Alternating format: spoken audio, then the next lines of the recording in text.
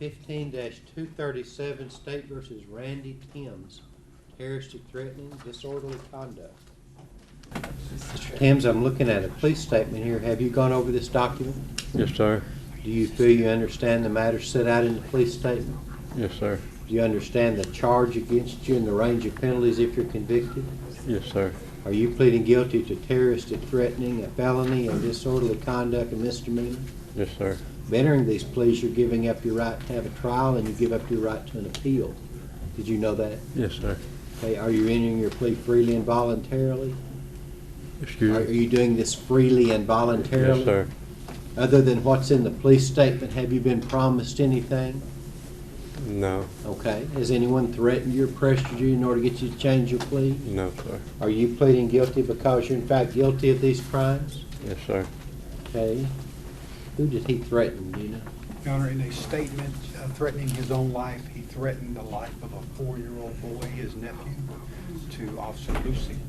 Okay. Did you do that? Well, Your Honor, that was misunderstood. It wasn't my nephew that I meant. It was my rapist when I was a child, and it was just misunderstood. I just wanted that to be on record.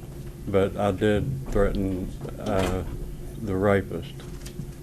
Okay. Mr. Chisholm, what did you want to say, sir? Your Honor, I want to tell the court that this arises out of an event that took place on August 8th here in Baxter County. Officers from the Baxter County Sheriff's Office responding to a 911 call encountered Mr. Timms at his home. At that time, he would have had a loaded pistol in his pocket, and he would have made the statement that he wanted to die and go to heaven. And it was his desire to shoot up into a tree and then have these officers shoot him. And that was because of some problem that he was having. When we took him to jail, it was in the ambulance that he was taken to jail that he made a statement to Rick Lucy, which is the basis of the terroristic threatening charge. The other is a disorderly conduct, although very serious. Judge, we actually have held this man in our jail since August 8th. We've had him seen by HRA. He is not homicidal, suicidal, or gravely disabled to that extent. He lives on a piece of property that's owned by his sister, and it is after talking with her and understanding that she has a large influence in this man's life, and that she is willing to vouch for him, that she's not afraid of him, and he lives several hundred feet from her, I guess. She lives very close to him. He spends 3 days a week at her house, along with this 4-year-old boy.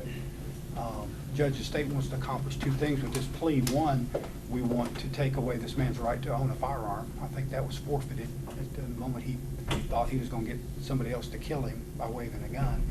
And the other thing is to keep this man away from alcohol, and also to keep him away from this 4-year-old boy until such time as his family is willing to allow it. And so that's the purpose of this plea. In terms of what this man was attempting to do on August the 8th, he was trying to probably cause harm to himself more than anything else. So, Very well. Is that agreeable to you, sir? Yes, sir. Okay.